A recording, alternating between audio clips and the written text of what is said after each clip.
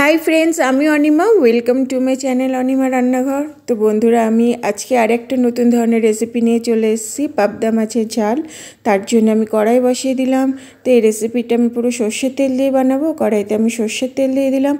माछगुलो धुए आमी नुन हलुद माखिए रेखे दिएछि। एबार माछगुलो सब आमी एक एक करे भेजे नेब। तो ये कालो जिरे फोड़न दिए जिरे बाटा और लंका बाटा दिए आमी ये रेसिपिटा बानाबो। तो खेते खूबই दुर्दान्त হয়। মাছগুলো আমার এক পিঠ ভাজা হয়ে গেছে আর এক পিঠ পাল্টি করে দিলাম। তো বন্ধুরা আমার এই চ্যানেলটা কে কোথা থেকে দেখছো একটা লাইক কমেন্ট শেয়ার সাবস্ক্রাইব অবশ্যই করবে।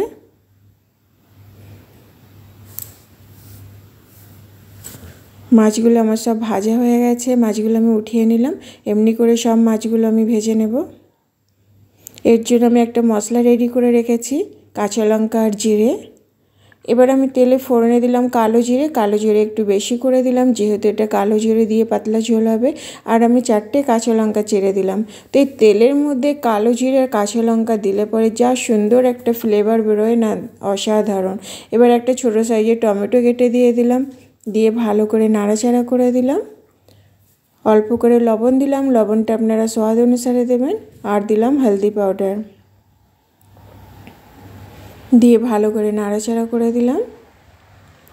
এবার আমি জিরে আর লঙ্কার পেস্টের মধ্যে দিয়ে দিলাম, দিয়ে এটাকে এবার ভালো করে কষিয়ে নেব যেন জিরের কোনো কাঁচা গন্ধ না থাকে।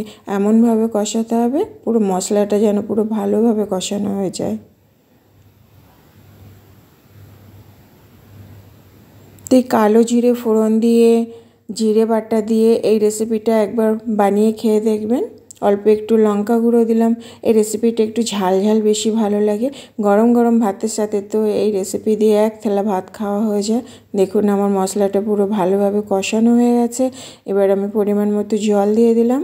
ঝোলটা ফুটে উঠলে তারপরে আমি এর মধ্যে মাছগুলোকে অ্যাড করব।